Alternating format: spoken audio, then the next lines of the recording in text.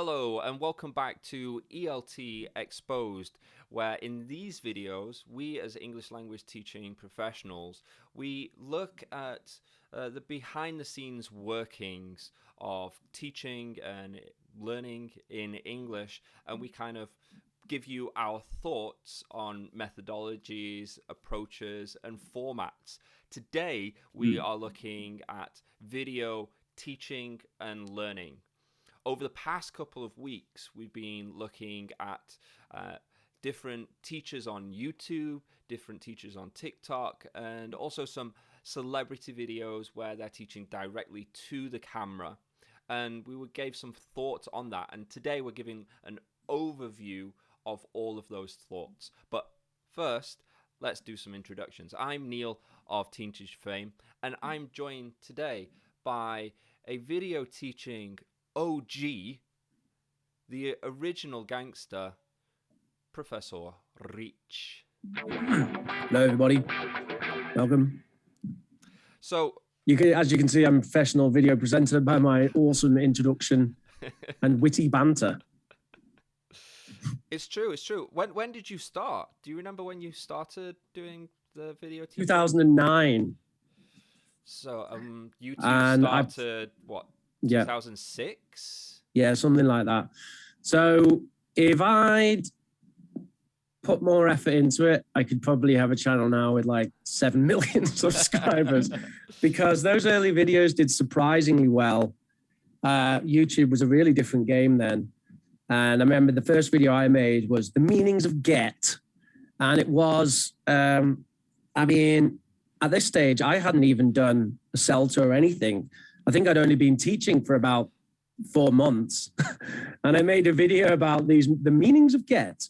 Oh, it can mean all these different things. It's so useful. It can do this, and this. Exactly the kind of video that perhaps we would later criticize, although it did do very well. And then I started to make more videos and get a lot of positive feedback from people about it. But I never really saw it as something that would take off, which was a mistake. Really the big mistake that I made with that channel was that I thought that YouTube was already established. You know, the big names were already there. At the time, that was Mr. Duncan, who is one of the people we looked at, isn't it? Yes, it is. And it was interesting looking at his video and then looking at the more recent people that are on YouTube and seeing the difference.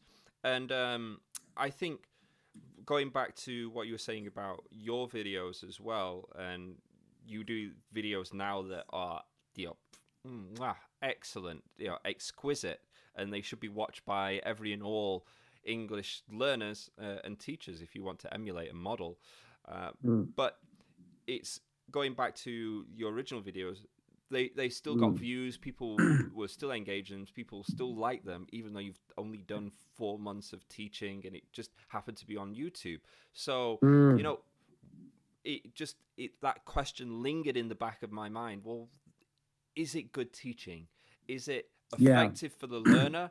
And I'm hoping that we can kind of unpack that today and look into it.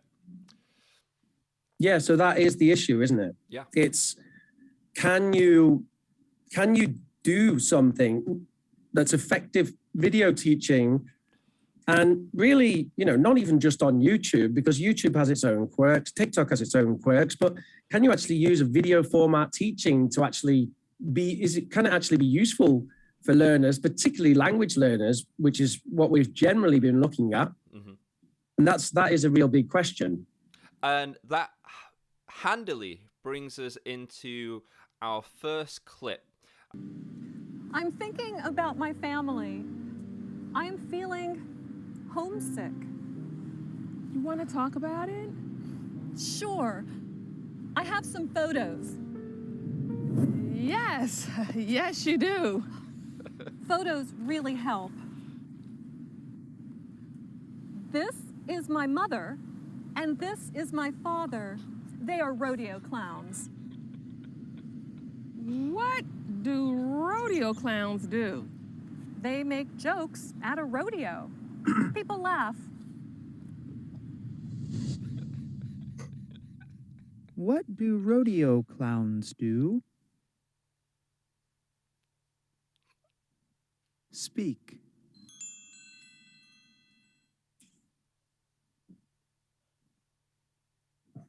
They make jokes at a rodeo.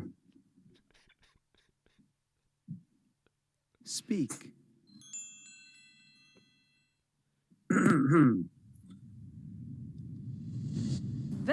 That's very different.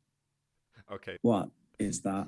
Yeah, just awful, isn't it? I mean, it's just totally synthetic, like totally overacted. It's like a pantomime for kids.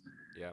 And then, you know, they have the kind of speak, which is all right, I guess, you know, but then people are going to be saying it in that ridiculous way, aren't they? Yeah. What do rodeo clowns do?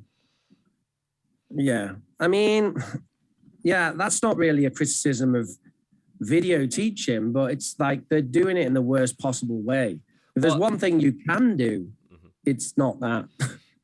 But yeah, I think it bleeds into what we've talked about with previous YouTube teachers and TikTok teachers, is that synthetic element, the bad practices that often come out from these teachers. And we don't know if it's they're bad teachers, they're inexperienced teachers, they're teaching because they've watched something like this and go, oh, I need to give a synthetic model. I need to speak this way. But I mean, for me, that wouldn't that make you a bad teacher though? We saw it with the majority of them.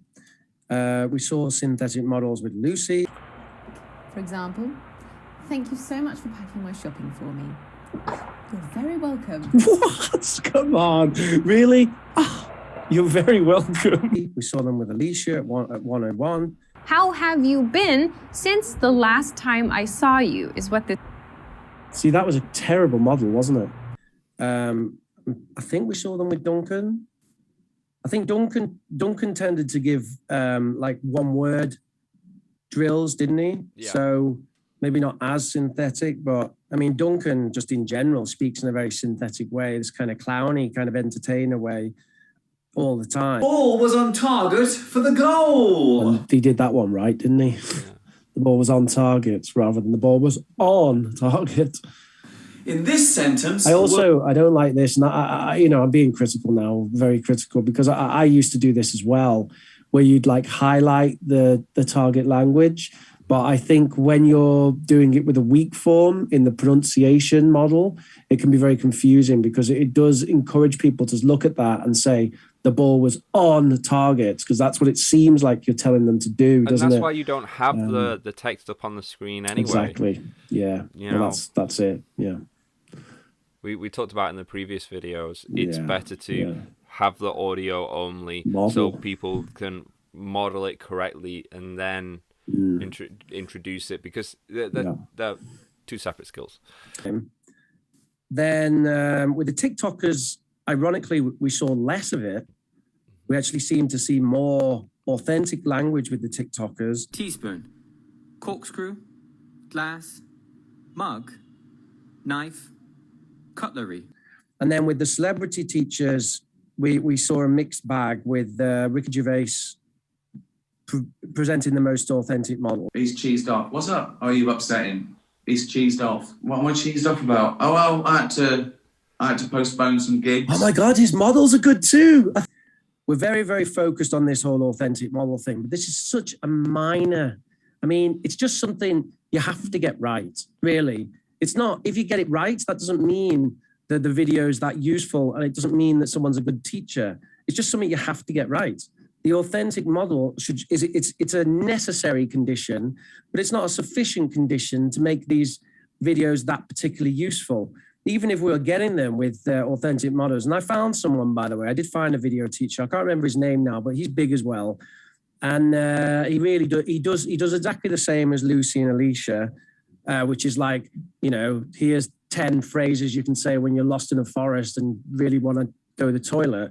But he actually says them like in a really natural way. So he does exactly the same thing, but he does a good model. Now, do I then still think that that's really particularly useful when it comes to video teaching? I'm not so sure about that. It's certainly not what I was trying to do with Professor Rich with the recent videos, which you kind of talked about.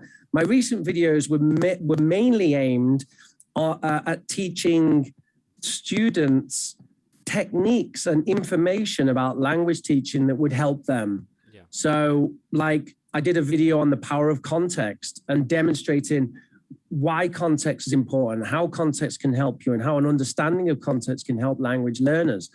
I did a video about what effective language learners actually need to do. Like, what can you do? I think it was like one of those cheesy titles, like, here's 7 things you can do to be an effective language learner, or something like that.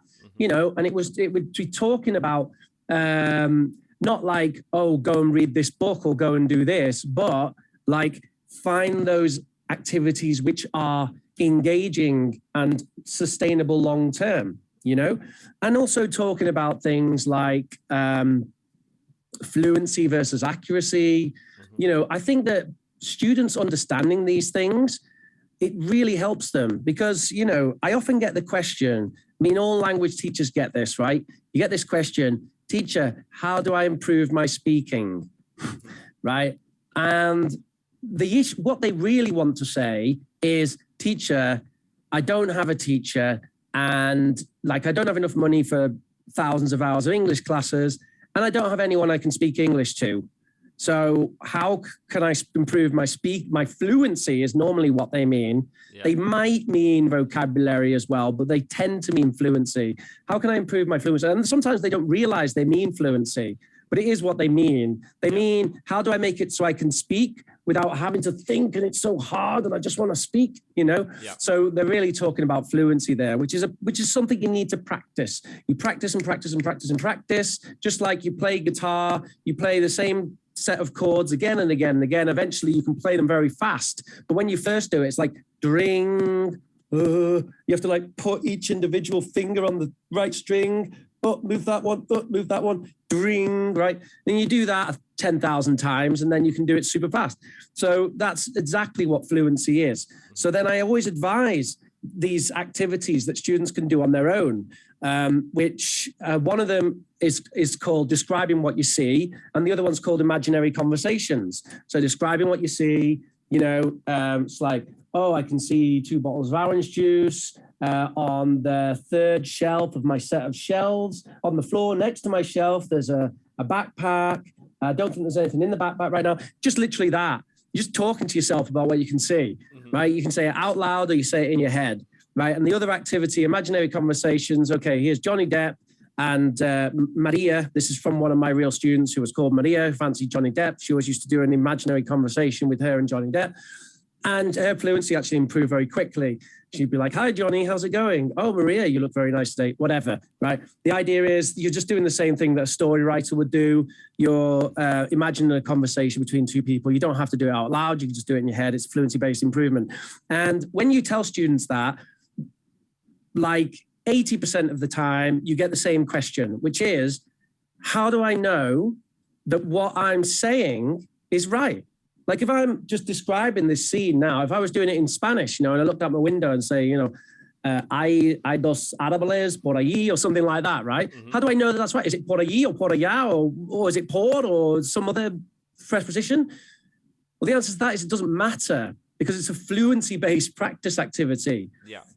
So this is where the understanding of fluency versus accuracy can be really helpful to students, because if they understand that when you're focusing on fluency, you don't really need to worry about accuracy so much, then they can just chill out about that. You just say, it doesn't really matter. It doesn't really matter. Of course, you should try and apply the things that you know, but that's what you're doing when you're doing that activity. You're trying to use the grammar and the structures and put them together to make something which you think makes sense.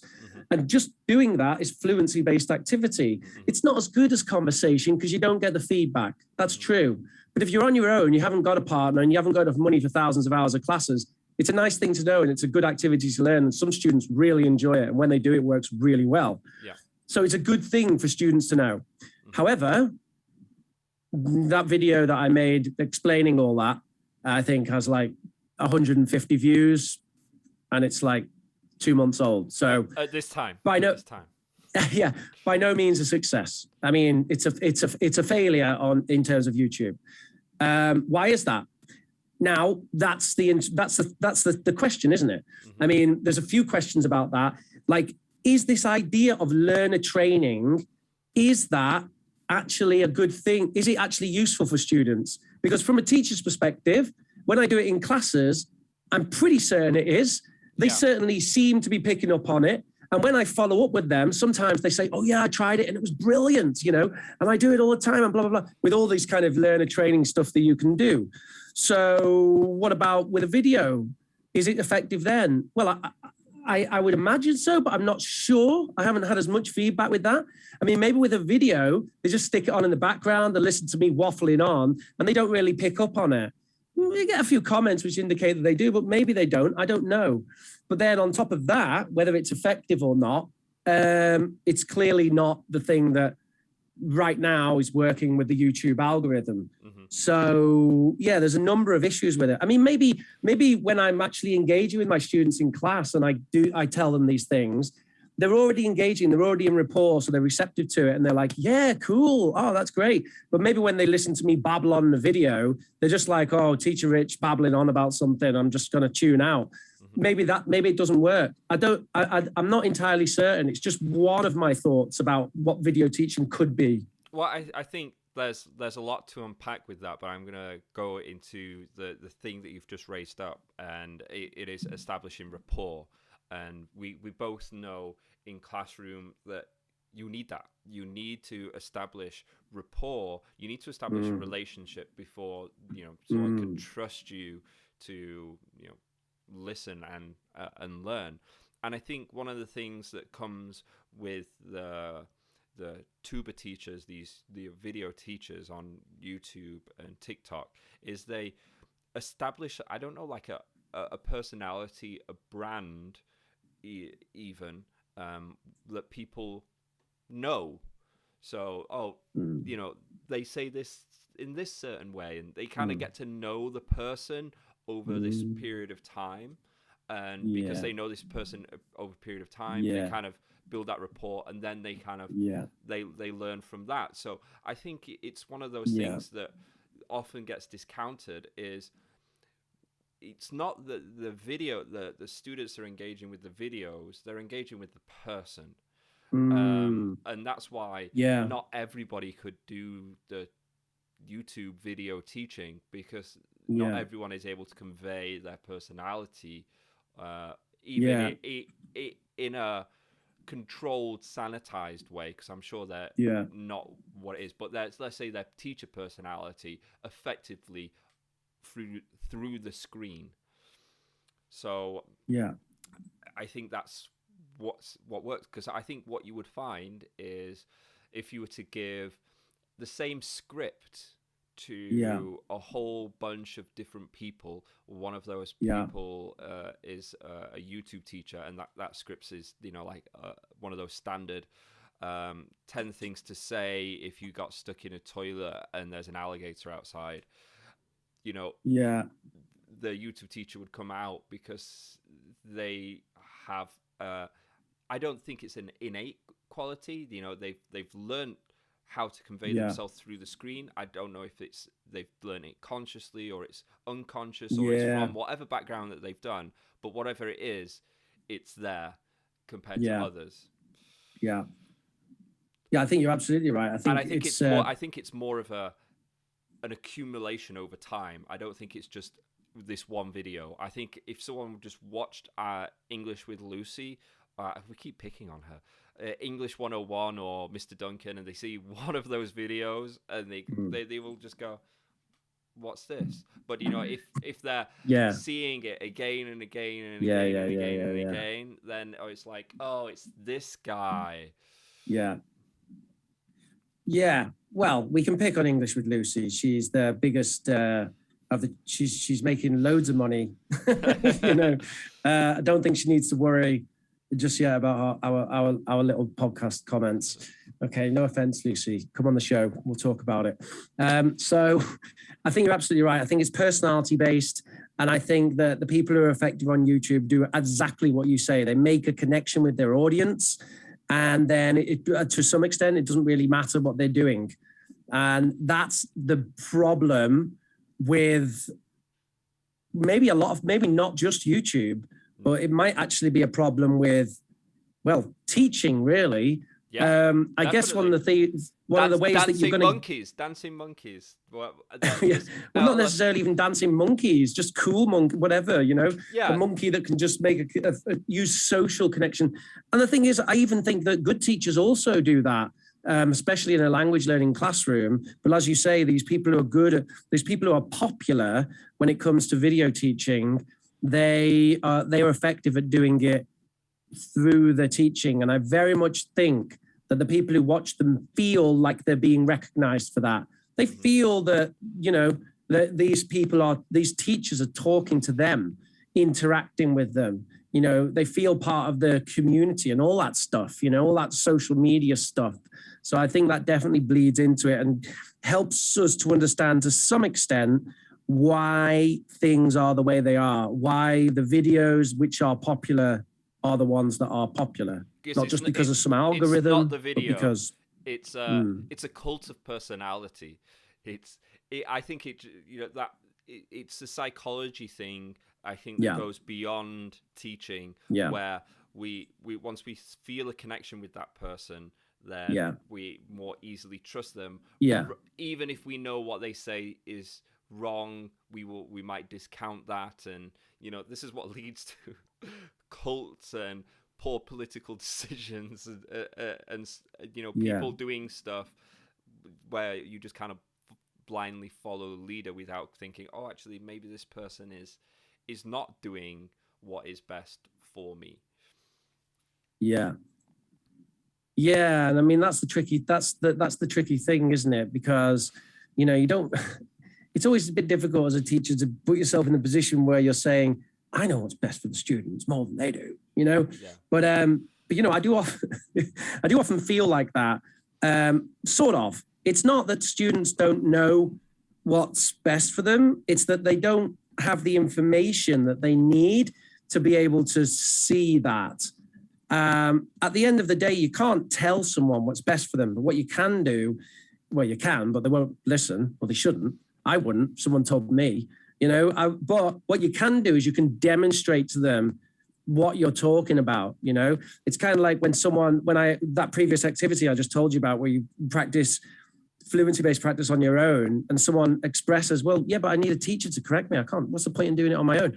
But then if you demonstrate to them this idea of fluency versus accuracy, and you say, look, it's important to understand this. Sometimes you can focus on accuracy. For example, when you're talking to me right now in this one-to-one class, right, that you can afford 1 hour a week of, then nice to focus a bit on accuracy then. We do feedback and you can think about it and you can go, oh, I don't want to make that mistake again. So I'll think about it and I've got the correction and all right. But then when you're doing this other activity, the sole idea of the activity is really to familiarize yourself with the structures so that when you put the pieces of the puzzle together to make your sentence, then it happens faster and faster and faster and faster because you're more familiar with them. Okay, and if you can make it into a nice little interesting narrative, bonus points because it'd be more engaging. Mm-hmm. So once they understand that, then they become much more open to it and go, oh, you're right. Maybe it's not so rubbish. Maybe I'll give it a go. Mm-hmm. But then now we're going on to the video teaching. So it's like, can I go to the 10 billion people who watch the top tuber teachers and say, hey, that's rubbish for you. Come and watch my stuff. Don't know about that. Don't know how you would even, You'd be like, who are you? I know Lucy, but who I feel are you? Connected. Yeah. Yeah. Totally. And I know that because of the big streams that I do for Oxford Online English, like we'll get 250 concurrent viewers. We get loads of regulars, and the regulars themselves have already made a community. I haven't done anything about it really. I just go on there, kind of do a lesson, interact with them a lot in the chat. and they love it, and they say hello to each other. When they at the start of class we turn up and it's like, hi XYZ, hi XYZ, hi XYZ. They all know each other, and they feel like they're coming to their their fun, like famous internet English class, because it is quite a big number of people to have, and it's one of the more popular live streams on YouTube. But it's very much that community and that engagement, and I'm pretty sure. I mean, I try to make my lessons as useful as possible in those streams. It's like elements of interaction, elements of storytelling, activities, and even pronunciation drills and stuff like that. Unfortunately, you can't really do fluency based practice. You can kind of do it with the chat, but it's not the same as actually speaking. But we do a bit of that, and I do some correction with that. But, I think I could probably just go on there and just do grammar exercises. And it'd probably be almost as popular, because I think a big chunk of it is just the fact that there's already a community and they're engaging and they enjoy it. And the fact that the teaching's good or bad is not as important for the kind of online streamer teaching to be popular. Yeah. I agree. I think there's this element of community, of a classroom, that something like that live stream can somewhat recreate. And I think a lot of people forget about that element when it comes to teaching, is the community and the relationships that you build within the class, and that relationship you build with the teacher. So I guess a lot of this rests on, you have a teacher, a YouTube teacher, a TikTok teacher that's engaging. They build a relationship with a person, even though it's not how we think of as relationship. It's more kind of like a knowing of this person, and then they do these videos, but these videos, they are not best practice. They are often not really kind of like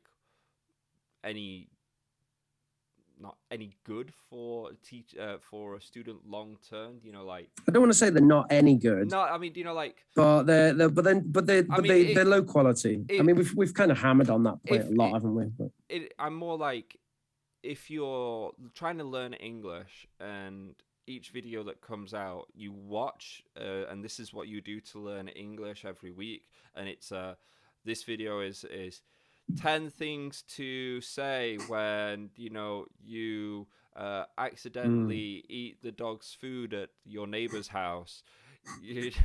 I don't know, but like, if that's everything that they're getting every week, this is the time that what they're investing into learning English, then that's the thing. Yeah, it's a waste of time. It's a waste. You're right. It really is just an absolute waste of time. It's and the way that they, especially the YouTube teachers, it wasn't so bad on TikTok, overstuff these videos, because you can just bling through. If you're going to go, okay, just say you're sorry. I didn't mean to eat the dog food. Say, oh, it looks so delicious, I couldn't help myself. Rather than kind of doing and then you kind of need to look at the dog food, and just, if you say this and then what, and the meaning behind that, you don't need that, because the more or less it's become video flashcards. So I think one of the other things with the videos is they need more substance and structure, in that they need a progression. And that's one of the issues with YouTube, is there's no learner progression. There's, we start out with learning be and have plus nouns, and then we slowly go through the different tenses and stuff like that, when it's just another 10 things for you to say if you accidentally throw your cat on the subway line. Where is that progression going? So it's kind of like the teacher's just gone, I think this is something that people think that they will want to know or learn, but they don't think of the broader, more macro, more meta thing Yeah. of actually presenting a course, basically. Yeah. But then how would you even do that on YouTube or TikTok? Yeah, well, that's kind of partly what we were going to talk about, isn't it? I guess, and this might be an interesting point to bring up. One of my sort of favorite things that we saw, which was what's his name? Thingy's pronunciation workshop. What was his name? The BBC Learn English guy. Tim. Good old Tim. Out on the Raz with his mates again. Timmy. So old Timmer. I hope that Tim comes on the show at some point. So Timmy. So what do I like about Tim? Well, first of all, I think BBC Learn English, like you said, I think it's a bit of a treasure trove you can dive into. You can get some real nice things in there. But as we discovered, their YouTube channel is just a mishmash of all kinds of nonsense, just all over the scale. That's why maybe it's better to kind of approach it from the website level rather than from the YouTube level. My initial impressions are actually quite positive in a number of ways. I was just exploring here the grammar, and I'm quite impressed at the quantity and completeness of this. And I have to say, I think you're right that these are not the things which actually tend to come up if you do a little Google search and say, oh, how do I do the third conditional in English? Then I don't think this is what comes up. But it does seem to be complete and kind of interesting, and it's got some context here. It's even got a lovely little practice activity. It's been well thought out for the third conditional. Sorry, I'm not concentrating too much on the pronunciation there that you wanted to focus on, but I mean, that's a nice controlled practice activity there with an interactive questionnaire. So yeah, so initially I'm actually quite impressed. But the course stuff on the website was really good. And yeah, Tim's stuff was good. I seem to remember that it was a little bit played up and kind of jokey and entertaining. But then when he came to the models, I think they were quite good, weren't they? Yeah. And the points that he was making with the pronunciation were also useful. And they had multiple models as well. That's right. Yeah. Oh, that was brilliant. Yeah, because they had the kind of vox pop, and that was unique, wasn't it? For the fact that no one else was doing that, really. So, I mean, the YouTubers tried to do it because they collab, but it's all just a bunch of teachers doing synthetic models at the end of the day. But then with Tim, they actually had real interviews, and they would pull out the language from the interviews, which meant it was completely natural people on the street speaking English. So it was absolutely fun. So yeah. Let's ask some other people in London what they got up to last night. At 9 o'clock last night, I was watching a movie. I was laying in bed. I was invited to a dinner at my friend's house. I was playing football. I was out drinking. Well, what interesting lives we all lead. Now a bit of a narrow age range of the interviewees there, Tim. Yeah, but one thing I do like, ageist. And one thing that I particularly appreciate about this video, and I don't think we've seen with any of the tuba teachers, what you have with the tuba teachers, you've got a mono model, as in you've only got one model for the pronunciation, whereas here you've just got boom, boom, boom, boom, a whole different mix. Yes, mostly they're going to be Londoners, but still, boy, girl, all different examples, good. All natural. So I liked him. That was one of my favorites, and quite interactive. Something else I liked about it, and it was a course. There was a progression. You could go on the website. You could do the website bit. You have the video bit. It was almost like the ideal version of all this that people might have in their heads of putting it all together with a video and a course and different elements of it. I mean, all you'd need really is then a teaching element as well. And you have something I think that could be really great with all kinds of different materials. Yeah. But the video itself encouraged engagement, which made it takes it from a purely one-way media to interactional. Yep. And I think that has always been the big problem with video learning, even before YouTube, is that it's so one way. And one way teaching in the real world, if it's not a video, let's say you're in a lecture theatre and you get one way teaching, that's bad pedagogy. We spoke about that. I have a bit of disdain for certain university lecturers who never do anything but lecture, because it's very one way. I mean, not disdain, that's the wrong word. I just think, you know, you could do more. You could throw some discussion in there. There's nothing to stop you from going, right, everyone turn to the person next to them and talk about this question for 3 minutes. You know, just a little bit of engagement could go a long way in a lecture theatre. But, you know, in general, it's the absolute minimum you can do as a teacher is just pour the information out and just be an information fountain, right? So, and that's the problem with videos, is that they naturally lend themselves to that, and the interactional element is very difficult to incorporate. And when you do incorporate it, it can often be very clunky, like the video we watched at the start of this discussion, which attempted to be interactional, but it just seemed so clunky, and it was synthetic, and it was badly done. Yeah, it wasn't part of a larger, more organized narrative. I don't know what you mean. I think basically what we're saying is that what we have here and the limitations with video teaching, be it in the format, you know, that we saw at the beginning of the show, or tuber teachers and live streams and stuff, or maybe not so much live streams, is that it's deductive.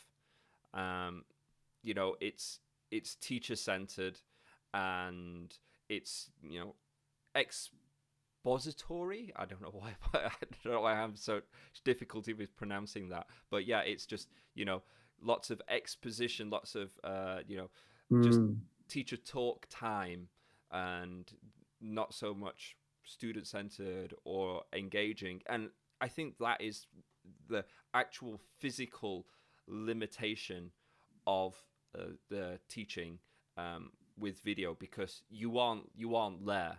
You literally are not there. You are only your video form is there, but it cannot change. So I think to push those limitations, what we have and what we can do with it is, as you point out with Tim's pronunciation workshop and the BBC, if you can have the videos in this broader, more organized format, like on the BBC website, where it's got a progression, and maybe in those videos that you can refer to other videos of so how you can continue the progression, but also the way he does the interactive elements, having all the actual natural models as well. And I'd also throw in with the TikTok, I really like the duets with that, especially the one with Instant English. I think it was Instant English, where, you know, he's just having that kind of conversation. Oh, what did you watch on TV last night?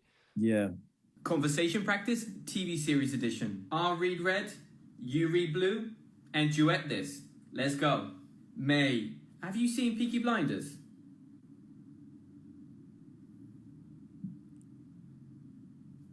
One day? Seriously?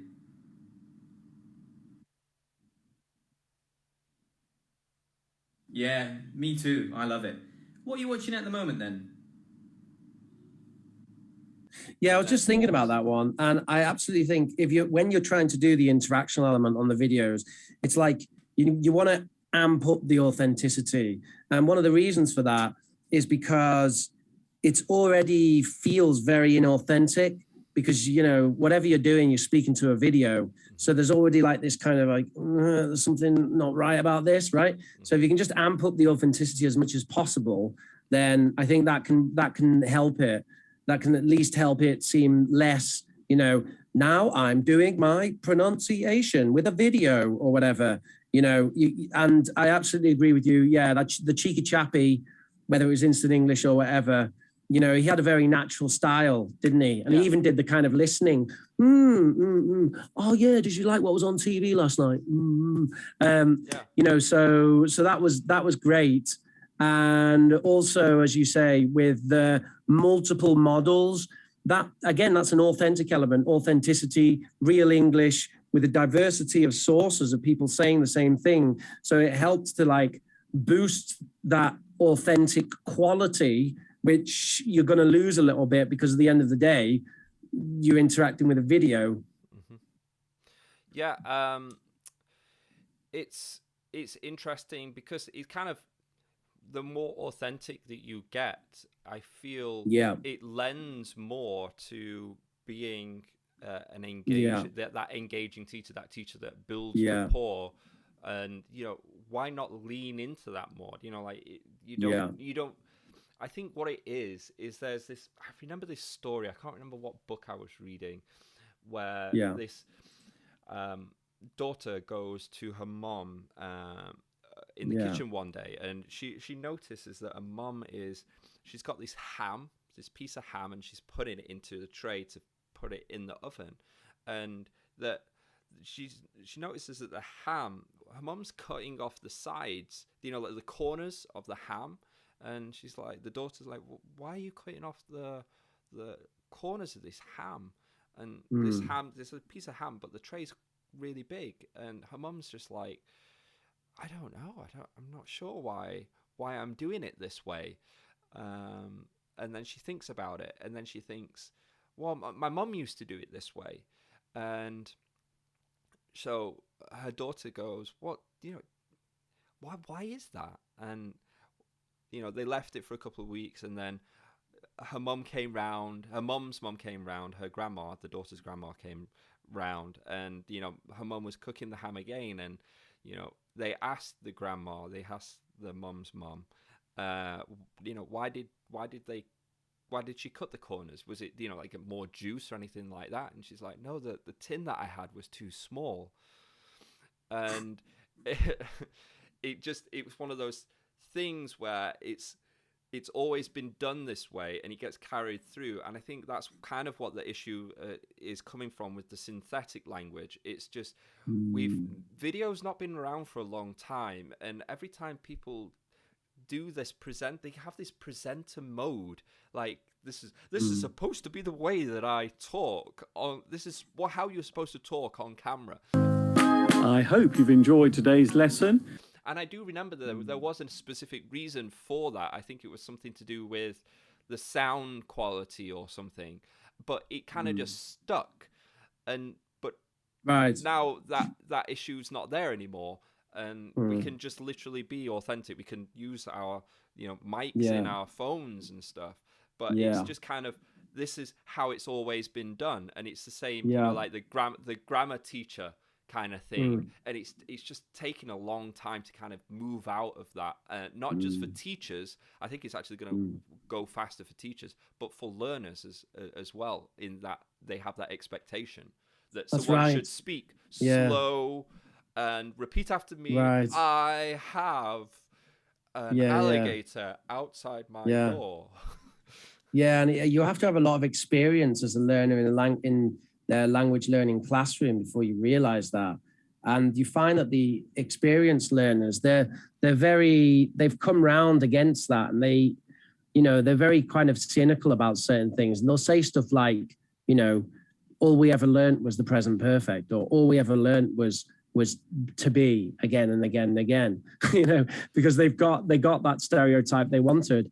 She is. Think that's how you learn, and that's one of the biggest issues that I have with public institutions.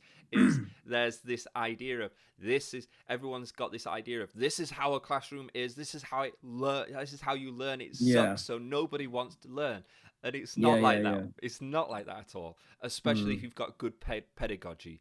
Because pedagogy, when it's done well, is engaging. It fuels that curiosity, and you want more of it, because your body craves knowledge and new experiences, and that feeling of achievement when you've got something, you know that you can do this new thing now. It's really cool. But it's beaten out of you. But because at the moment, all I'm seeing are the pinnacle of what we're finding with video teaching is one-way teaching, the kind that I tried to do on Professor Rich, which, you know, I actually don't go for too much interaction on Professor Rich. I try to just do it as information dump, but I try to make a high quality information dump that's not just vocabulary like everyone else is doing, but it's like teaching, you know, it's like the philosophy of teach a man to fish rather than give him a fish, right? So giving someone vocabulary is like giving them fish. So I might do a video about how to better learn vocabulary or something like that. So there's that. There's kind of like one-way teaching, but that gives learners skills that they can then go away with into the real world. But that doesn't necessarily solve the problem a lot of learners have where they just don't actually have the means to use English in the real world. Like they might just not be in a situation now where they can use English. And it's not until they get that job that has an English speaking element or they move to an English speaking country that they really have the opportunity to practice frequently. And therefore that kind of stuff might have limited use. So then we go on to the idea of trying to force video to be interactional. And we get to the higher ends of that, which is like BBC Learning English and maybe the kind of live stream stuff that I do with Oxford Online English.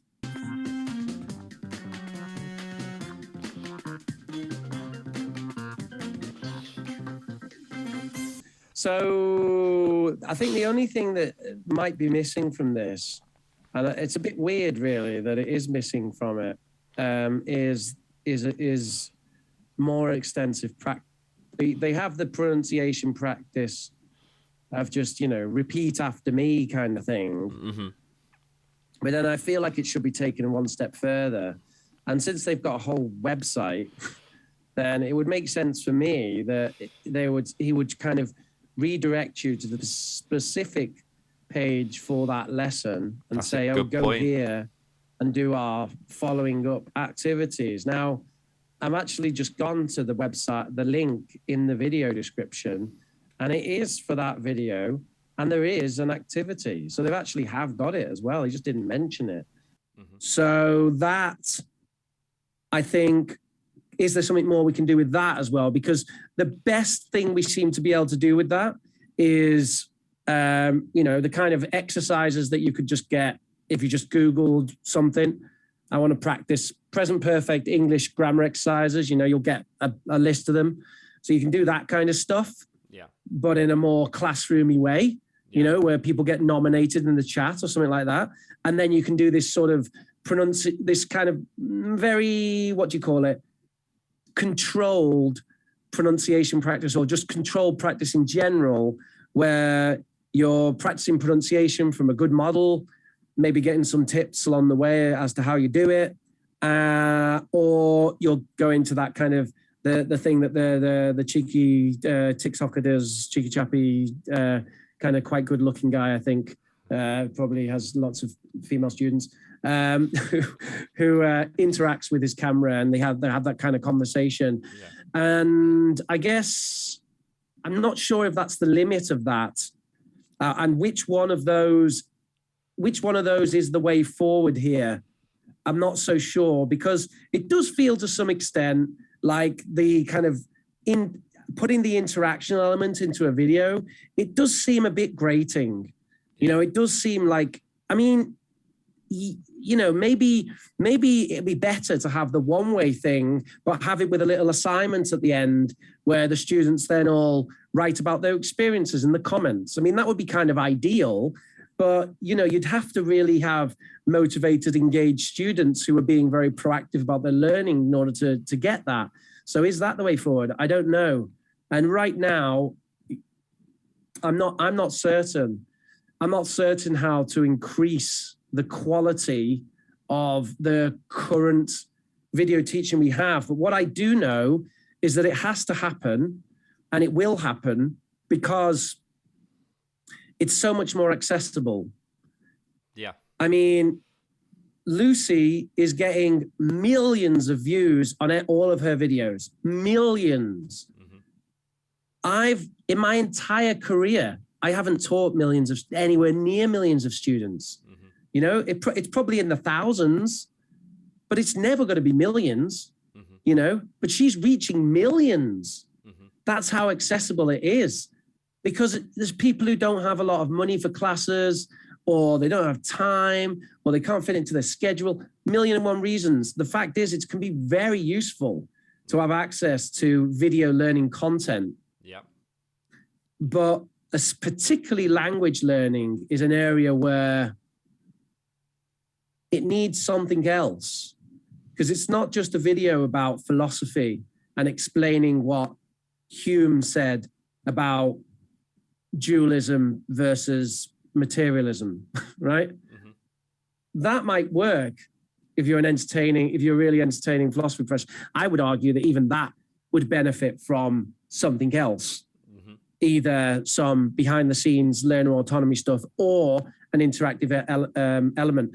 One of the best MOOCs I ever did, because I did quite a few of these multiple online learning courses when Coursera was popular about 12 years ago. I don't think Coursera is particularly popular now. I think there's other ones that are more popular, but I did quite a few of them, and they were very high quality. And one of the ones that was the most high quality, it had a lot of the elements that we're talking about.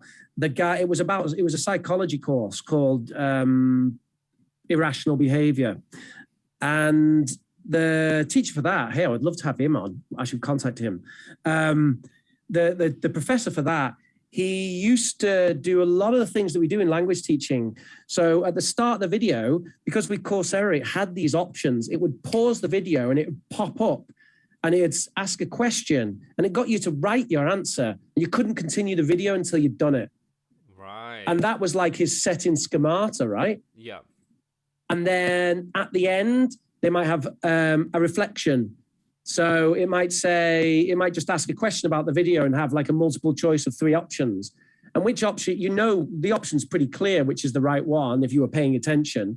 But it's just a little bit of reflection, just getting you to look back, which is another technique we use in language learning, right? Yeah. And I really liked that. And then that coupled with the forums on Coursera, that really worked for me.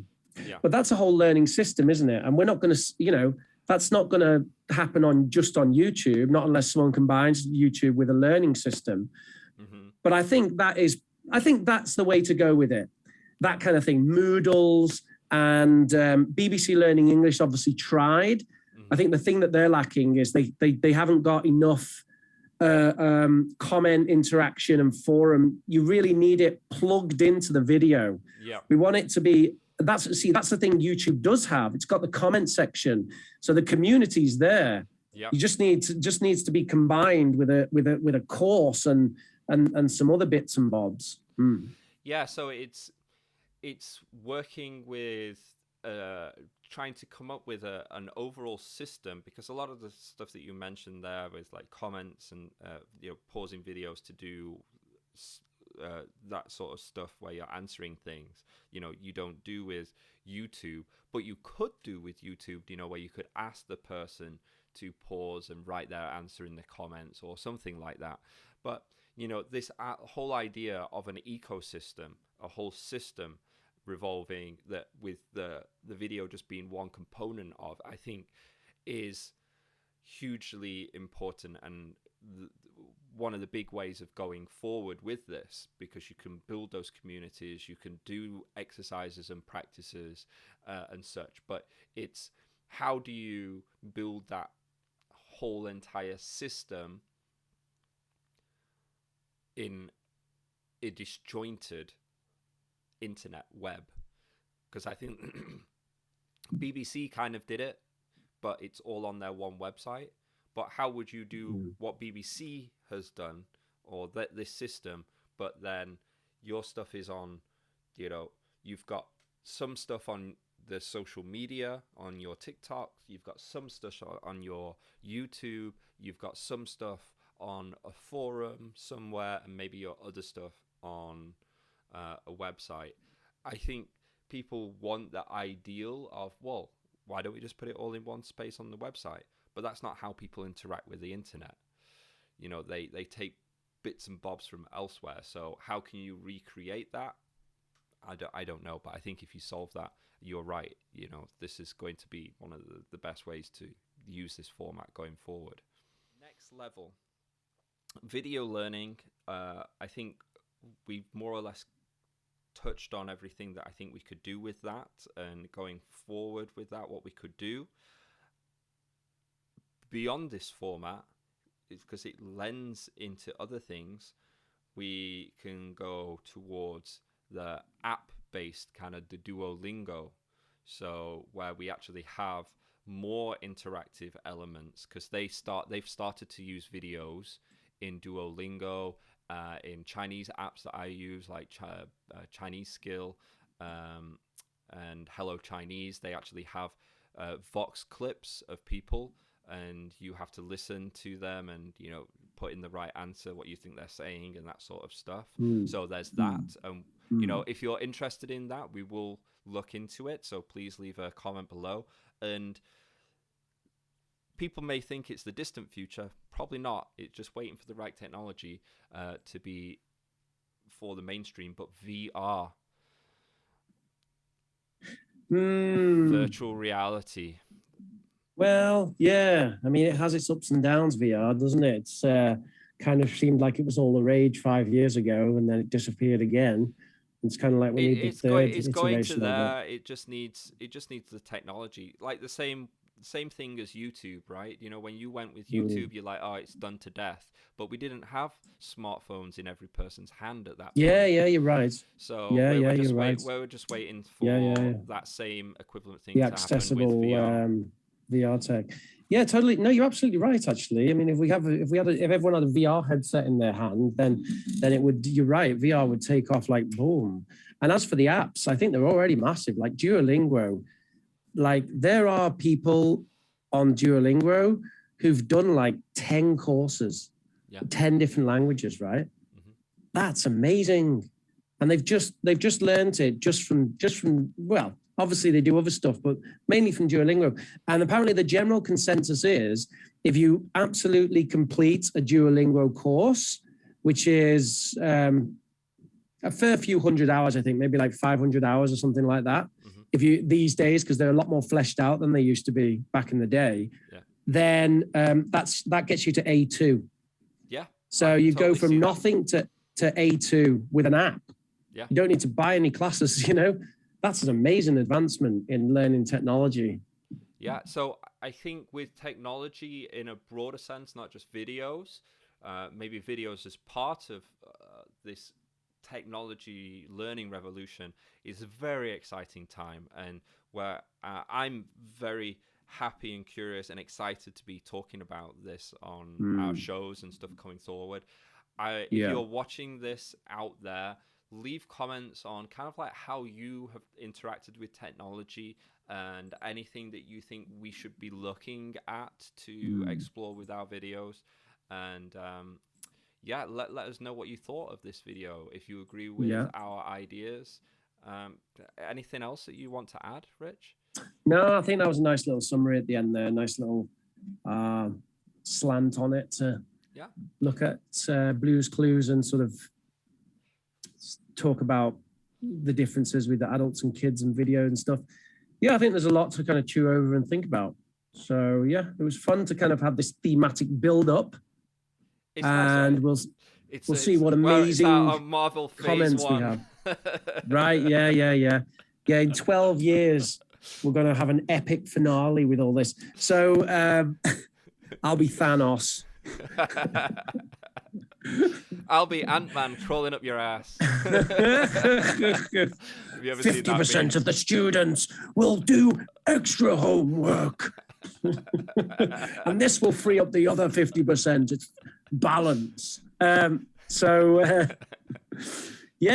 interesting to see the millions of comments from our loving fans down below telling us what you'd like us to look at next. And if you'd like to come on the show, the only qualification necessary is that you're an experienced educator of some description, and then we'll be happy to interview you. We've got some really interesting interviews coming up on the channel very soon.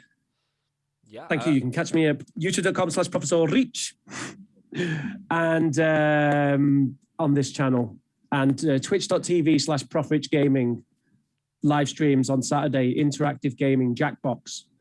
Okay, over to Neil. If you're looking for more stuff from me, teamteacherchina.com have a lot of our PowerPoint materials on there that you can use instantly in your classroom. We've got Team Teacher English, where I put those PowerPoint materials into a video format, not dissimilar to Blue's Clues, actually very dissimilar, but I try. And Team Teacher Baby, where I take my experience as a teacher and put that into teaching my child. Okay. See you all next time. That was a good example there.